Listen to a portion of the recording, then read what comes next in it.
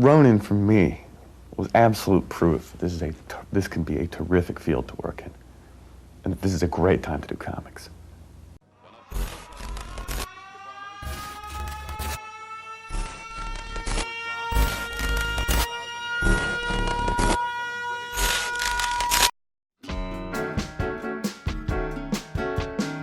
Whoa! What is up, aka Patters?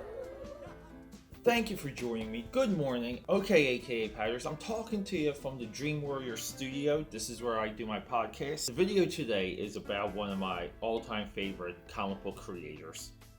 His name is Frank Miller. Now, we live in an age where everyone only knows one comic book creator, and that's Stan Lee. People believe Stan Lee created everything. It's real tough. You know, that's a tough belief to have. It's a tough belief that the comic book community would not even exist if it wasn't for Stan Lee.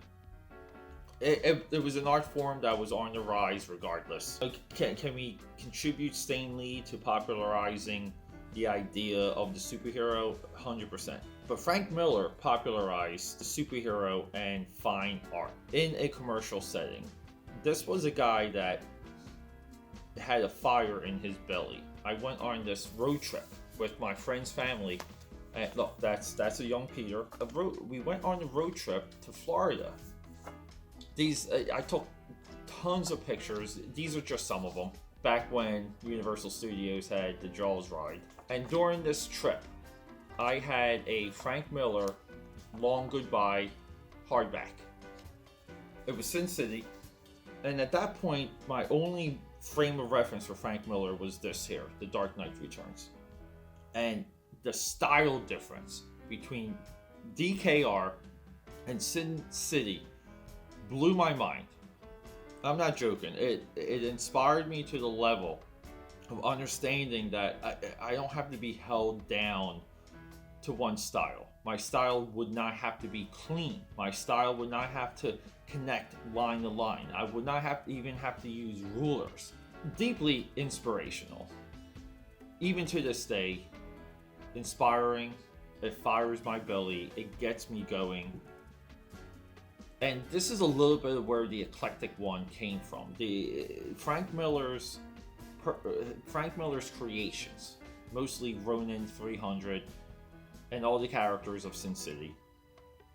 All but Ronin have been adapted.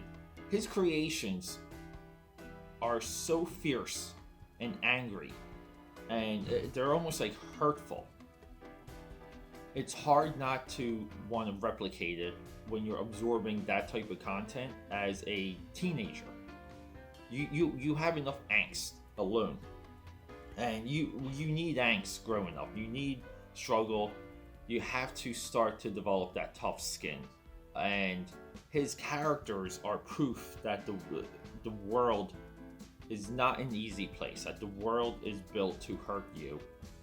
Fairness and all cannot be controlled. If you're tough, you can deal with any level of fairness.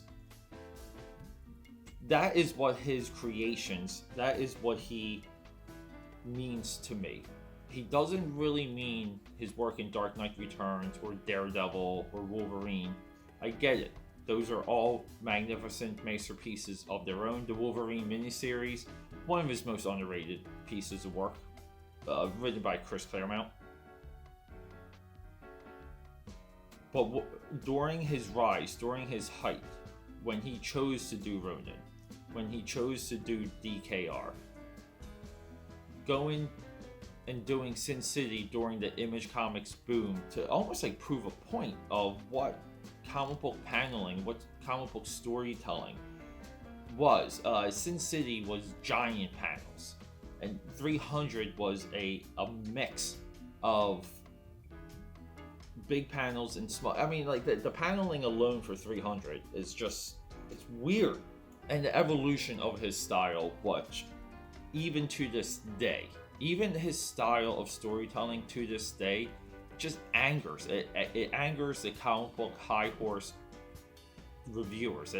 These people who want to be a comic book gatekeeper when it comes to YouTube and the internet and Twitter, they're on a very high horse when it comes to later Frank Miller. But the piece I'm going to show you guys, the piece I'm about to work on, is to celebrate his birthday, that I feel was not covered hardly enough by the comic book press and the comic book media.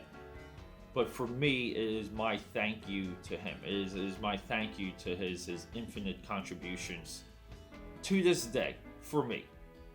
I hope you can go out, buy some of these volumes, soak them in, and appreciate them.